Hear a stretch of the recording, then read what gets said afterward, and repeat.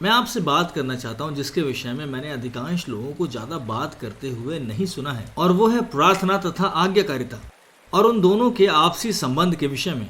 मुझे नहीं लगता कि परमेश्वर के साथ अपने वार्तालाप को आप अलग कर सकते हैं। जो कि उसके साथ घनिष्ठता है, ये उसके वचन का आज्ञा पालन करना है। बहुत सालों पहले मसीहत के प्रारंभिक इतिहास के दिनों में कुछ मसीही संत थे जो अक्सर अपने आप को अलग किया करते थे वास्तविक दुनिया से दूर। वे एकांत में दूर चले जाया करते थे और वो प्रार्थना में गंभीर समय बिताया करते थे। वे परमेश्वर को खोजते, और इसके विषय में कुछ ऐसा है जो मुझे कुछ ठीक नहीं लगता है। देखिए, मुझे गलत न समझे, मैं मानता हूँ कि ऐसा समय होता है जब हमें परमेश्वर के साथ एकांत में उसे खोजने की आवश्यकता होती है, कि हम एकांत में सबसे दूर होकर परमेश्वर को जाकर मिलें।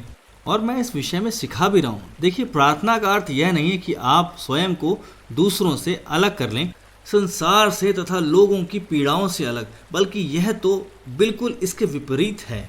ये जरूरी है कि प्रार्थना हमें इस पीड़ित और दुखी संसार की ओर लेकर चले, ताकि हम यीशु के प्रेम को उस संसार तक ला सकें।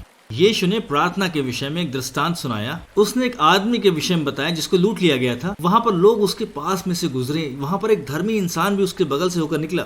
उसके पास समय नहीं था कि वो रुके और उस गरीब इंसान की सहायता करे जिसको लूट लिया गया था, क्योंकि वो प्रार्थना कर रहा था। वो अपनी धार्मिक जिम्मेदारियों को पूरा कर रहा था। और यीशु ने कहा, प्रार्थना ये नहीं है, ये प्रार्थना का उद्देश्य नहीं है। देखिए, प्रार्थना हमें योग्यता प्रदान करती है कि हम दुखी लोगों के पास जाएं, उनसे प्रेम करें, उनकी सहायता करें, उन तक परमेश्वर के प्रेम के संदेश को लेकर जाएं, यीशु मसीह का सुसमाचार उनको बताएं।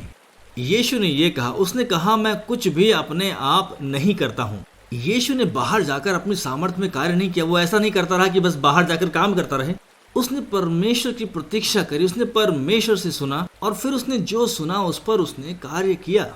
देखिए, इसमें आपसी संबंध है परमेश्वर की प्रतीक्षा करने में और उसकी सुनने में, और फिर जो आपने सुना है उसकी आज्ञाकारिता करना। ये विश्वास और आज्ञा पालन। देखिए, एक पुराना गीत ऐसे कहता था, एक ही मार्ग, विश्वास और आज्ञाकारिता, यीशु में आनंदित रहना, बस उस पर विश्वास करना और आज्ञा पालन करना। देखिए, विश्वास आता है परमेश्वर के साथ और उसके वचन के साथ एकांत में समय बिताने के द्वारा।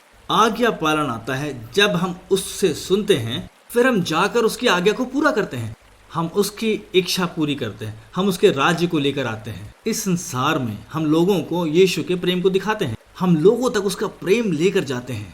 तो आज प्रार्थना और आज्ञाकारिता, भरोसा और आज्ञा पालन, इसी मार्ग के द्वारा प्रार्थना में सामर्थ्य पाई जा सकती है।